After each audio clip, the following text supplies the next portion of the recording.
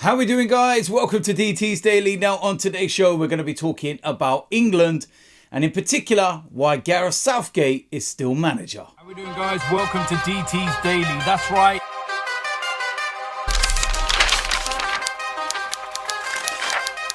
So, of course, it's Monday morning and there was no Premier League action. It was internationals and what a load of crap. We still have another game. It's not over with yet, even though football is so close again this weekend and we get back to the Premier League. But it was England against Brazil over the weekend. And I tell you something, what a load of tripe. Absolute rubbish. And I'm telling you this now for nothing. England are not winning anything with Gareth Southgate as manager. What an absolute borefest. He is an awful, awful manager. How on earth is he still England manager? I tell you why he's still England manager. Because he's a yes man. Yes sir, no sir, 3 bags full sir. We'll do what you want, FA. We'll do everything you say, FA. Ah, what a load of crap. That's what that is. Now watch that performance against Brazil. And I'm just looking at it and I'm thinking, you know what? We're going to waste some of the unbelievable talent we have playing some of the most boring, negative football I have ever seen. Honestly, it's just dire. It's horrid. Now, there were some injuries, of course, with England at the moment. Harry Kane has an injury and he might not feature at all. And there's concerns that it could be, quite a bad one. But, you're going to have him coming back into the side. You're going to have Bukayo Saka coming back into the side. But then when you're looking at all these other players that are coming in, and I'll go through the 11 first and foremost against Brazil. And we had Jordan Pickford in goal. He's going to be the number one, always has been, so he'll be there. Kyle Walker at right back. He will be the number one right back. But he picked up an injury as well. Looked like a muscular injury, hamstring. And be interesting to see whether he's going to be fit for the Arsenal-Man City game this weekend. Because he's already pulled out of the next game and he's returned to Manchester City. John Stones, superb player. Harry Maguire, crap. Ben Chilwell, crap. Conor Gallagher, crap. Declan Rice, he was unbelievable. So good. Jude Bellingham, unbelievable player. So good. Anthony Gordon, not too bad, but yeah. Phil Foden, unbelievable player. And Ollie Watkins had a great time in the Premier League, but looked way out of his depth. Then you go into the substitutes and you had Ezri Konsa came in at right back. No, doesn't work at all. Lewis Dunk, crap. Gomez come on. Yeah. Jared Bowen, I thought looked really good. Done some things that I don't normally see him do at West Ham. Marcus Rashford, crap. And Kobe Mainoo, who I thought done some nice little things for his debut and everything. But it's still too early. To put all this expectation on his shoulders. But yeah, just the football in general was just poor. And at the end of the day, Brazil won the game very late on in the day.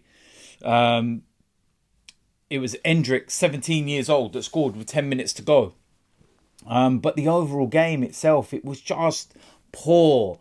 And, we've spent the last week or so speaking about the England kit and the issues with the St. George's Cross on the back and everything else, and rightly so. But the biggest concern for me is the team, the manager, and what he's going to get out of them. He's going to ruin another tournament.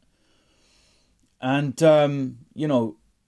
we shouldn't be worrying about flags and stuff like that. We should be worrying about this because it's just deflecting away from this crap. Now, in relation to the flag, and for the people that are watching this that don't actually, know what's been going on the back of the collar of the new England kit, That's where they put like the St. George's cross.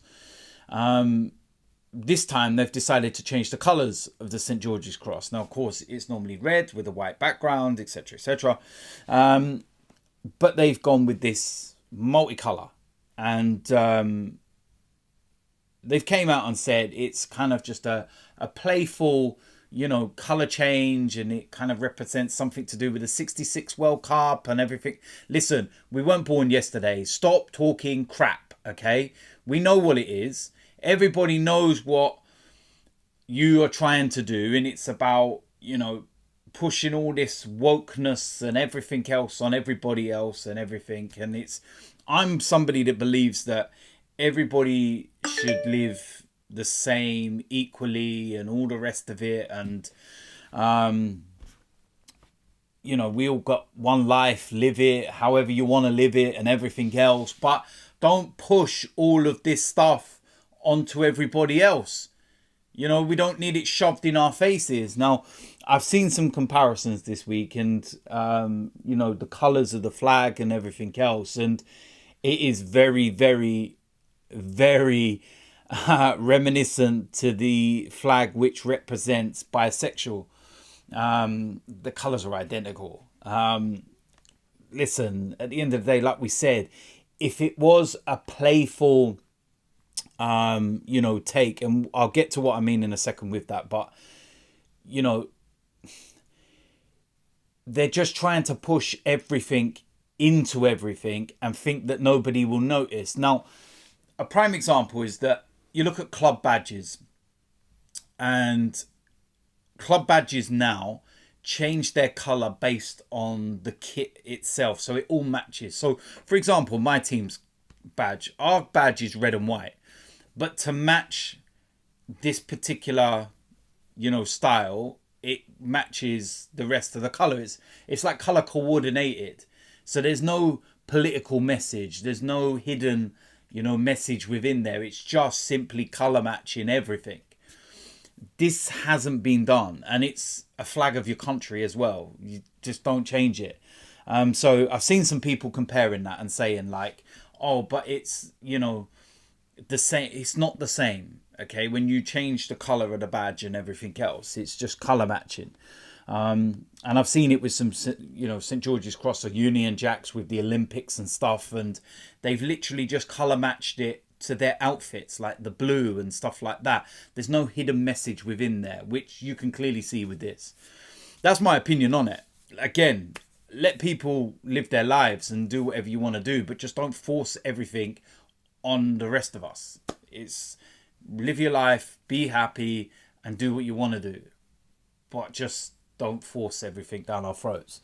And that's as simple as that. So yeah, listen, and like I said, that's what we need to be worrying about as England fans, and thinking about the tournament in the summer. And we ain't winning nothing with this manager. He's a bang average manager, man. Serious to God. And I look at some of this talent that we've got, and oh, mate, some of the stuff that we could be doing as a team. And I still think of the final that we lost against Italy. We go 1-0 up with 3 minutes gone, and then he goes and plays the most negative, boring, awful football for the next 117 minutes, and it goes to penalties and we lose. That's on Gareth Southgate that we lost that. You know, crap, awful, awful manager. Simple as that. And England ain't winning nothing under this guy. So listen, that's it for today's DT's Daily. There's not much to talk about. And I'm not going to go on and on and on about England, because it just bores the life out of me, just like their football. But I'd love, you know, everybody to get their opinions in and tell me what they think. And at the end of the day, yeah, it is what it is. We'll see what happens. And yeah, not expecting much. We're playing Belgium as well this week. So yeah, probably another ball fest. Might watch Emmerdale or Coronation Street instead. So yeah, there we go. That is it for today's DT's Daily. As usual, let me know in the comment section what you think about today's topics. If you're new around here, hit the subscribe button, smash a like on this video, and I will see you lot soon. I'm out of here.